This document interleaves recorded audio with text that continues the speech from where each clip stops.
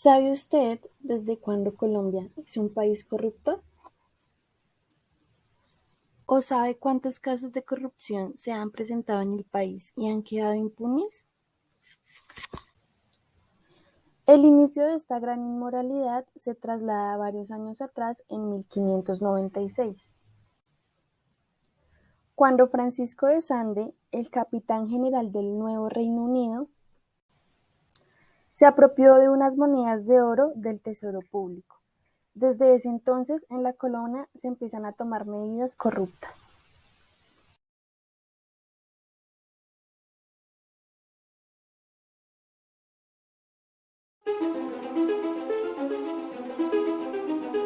Por otro lado, en Santander, en el año 1823, se acusó a Antonio Nariño de malversación de fondos, es decir, que tomaba el dinero de los demás para beneficio propio.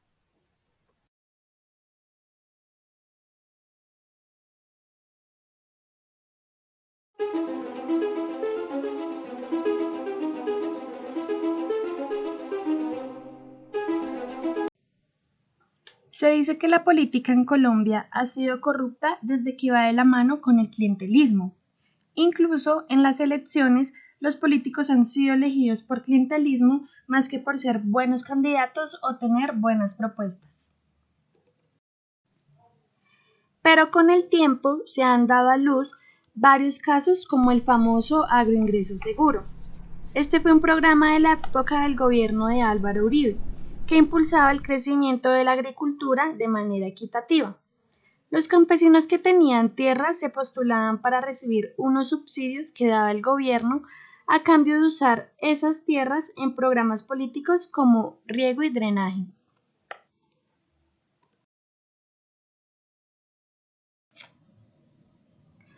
Todo se empezó a descubrir cuando los subsidios caían en manos de empresarios de grandes zonas del país o personas relacionadas con la política como el alcalde Rodolfo Campos Soto, que era evidente que vivían en muy buenas condiciones y así les llegaba ese dinero, mientras que a los campesinos no les llegaba ni un solo peso. Estas ingeniosas personas hacían lo siguiente: arrendaban sus tierras, que eran bastante grandes, y las dividían creando desde 2, 3 hasta 4 lotes diferentes, para reclamar 2, 3 o hasta 4 subsidios diferentes.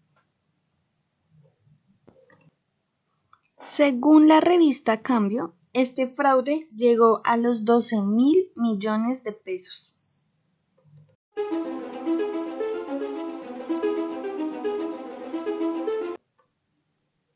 Por otro lado, tenemos el carrusel de la DIAN. Según el estatuto tributario, las empresas nacionales que realicen sus productos terminados y los vendan en diferentes países con IVA, el Estado les devuelve ese IVA bajo supervisión de la DIAN. Por lo tanto, lo que alguna vez pagaron en impuestos se los devolvería el Estado. Yasmín Becerra y sus cómplices creaban empresas ficticias para crear una red de compra donde fingían ventas al exterior y así exigirle al Estado la devolución del IVA. El Espectador afirma que este carrusel abarcó un desfalco de 2 billones de pesos.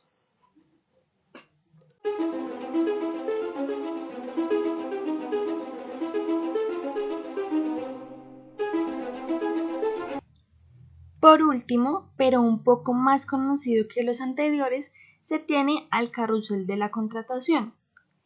Es el hurto más grande que ha tenido Bogotá, donde hicieron gran cantidad de contratos para realización de obras públicas, más específicamente la tercera fase del Transmilenio, ubicada en la calle 26.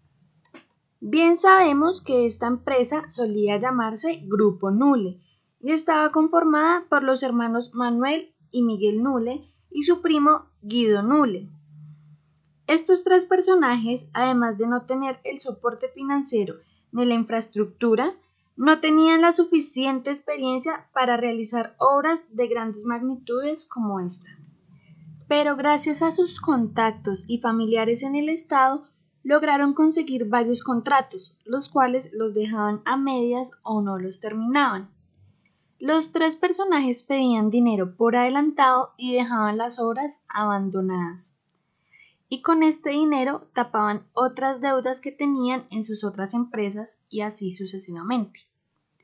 Este fraude alcanzó los 2,2 billones de pesos.